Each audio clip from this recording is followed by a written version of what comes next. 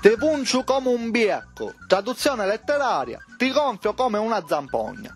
Minaccia rivolta ad altro individuo che ci ha recato danno o anche semplicemente fastidio, magari apostrofandolo con l'epiteto coinnoto. I siciliani sono un po' suscettibili riguardo a tale insulto e che comporta come conseguenza l'azione di percuoterlo con tale violenza fino a cambiare i suoi connotati facciali, costringendolo quindi a sostituire la sua fotoprofilo su Facebook con un tipico strumento musicale dotato di sacca fatta di pelle di capra bitorzoluta, la quale si gonfia mettendoci aria dentro, oggetto da cui da questo momento l'individuo in questione rassomiglierà.